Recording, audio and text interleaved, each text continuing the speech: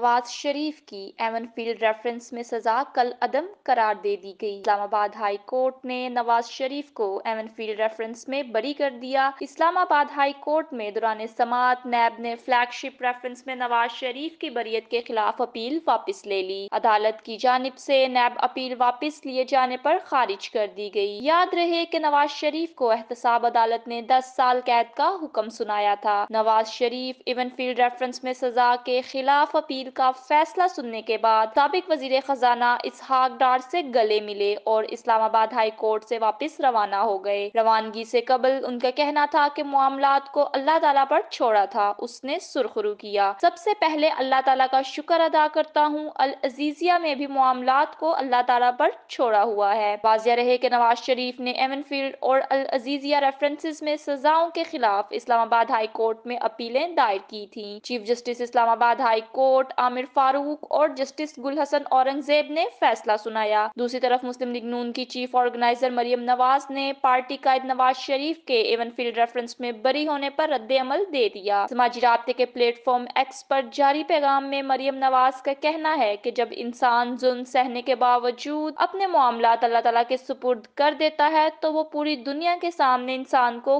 किस तरह सुरखरू करता है, ये उसकी एक मिसाल है। शुक्र अल्हम्दुलिल्लाह। दूसरी जानिब डिस्ट्रिक्ट एंड सेशन कोर्ट से इस्लामाबाद ने खातून जज धमकी केस में चेयरमैन पीटीआई इमरान खान की बरियत की दरख्वास्त पर फैसला महफूज कर लिया। अदालत ने चेयरमैन पीटीआई की केस से बरियत की दरख्वास्त मुस्तरद कर दी। महफूज फैसला सिविल जज मोहम्मद मुरीद अब्बास ने सुनाया। सेशन कोर्ट ने खातून जज धमकी केस में चेयरमैन पीटीआई का ट्रायल शुरू करने का फैसला किया है। फैसले में कहा गया है कि चेयरमैन पीटीआई खातून जज धमकी केस में बरियत के मुस्तहिक नहीं। चेयरमैन पीटीआई के वकील खालिद यूसुफ चौधरी अदालत में पेश हुए। अदालत ने केस की समाअत 20 दिसंबर तक मुलतवी कर दी। अगर आपको हमारी ये वीडियो पसंद आए, चैनल को सब्सक्राइब जरूर करें और घंटी के बटन को दबाना ना भूलें ताकि आपको आने वाली हर वीडियो से बाखबर रखा जा सके।